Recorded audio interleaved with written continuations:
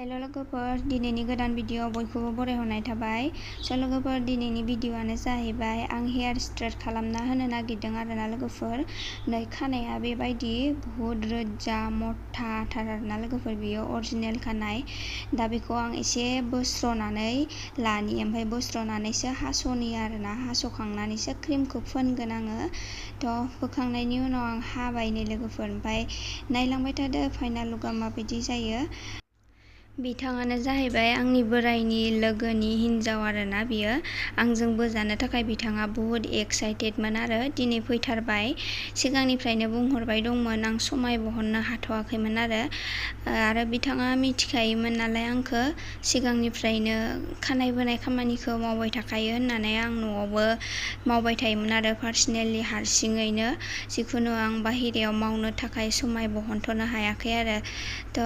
बेखिनियानो आरो लोगोफोर, ओरैनो जिरायना थाबाय थास्लायस्लाय एसे एनैखौ आं मावबाय थायो आरो। नायबाय थाबानो जाबाय लोगोफोर माबायदि जायो फाइनाल लुकसिम। खानाया बुहुद मथा लोगोफोर नै, आरो एसे बोस्र'नायावनो बुहुद मोजां नुखाबाय, आरो बोथायनानै होबाथ' साबसिन नुबावगोन लोगोफोर, नायबानो जाबाय लोगो।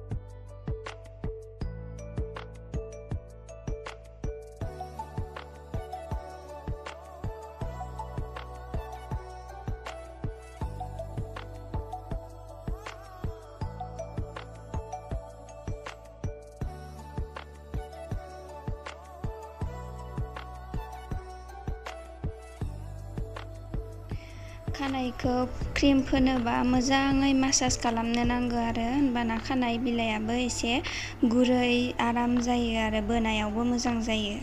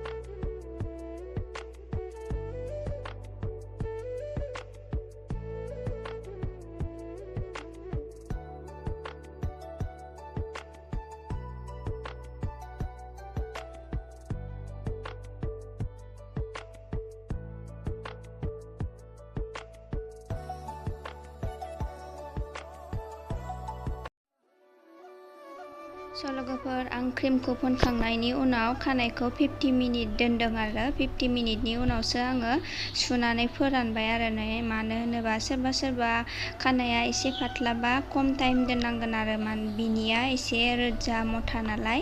बेखौ आङो 50 मिनिटसिम दोननानै सुबाय, सुखांनायनि उनावसो आं ड्रायारजों फोरानबाय।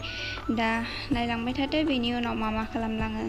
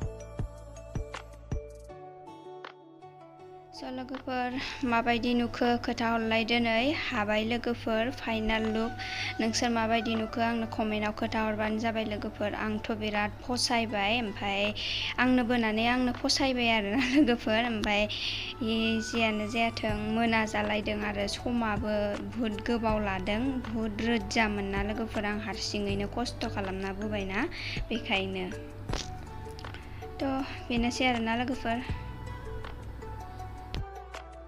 थ' बिदिब्ला नोंथांमोनाबो सोरबाफोर बोजानो गोसो जादोंब्ला आंनाव फन खालामबानो जाबाय आं मबाइल नाम्बारखौ होनानै होगोन खाथिनिफ्रा बोजानो गोसोब्ला आरोना गोजाननिखौथ' हायाबो जानो हागौ जाय खाथिनिफ्रा नुदों फन खालामबानो जाबाय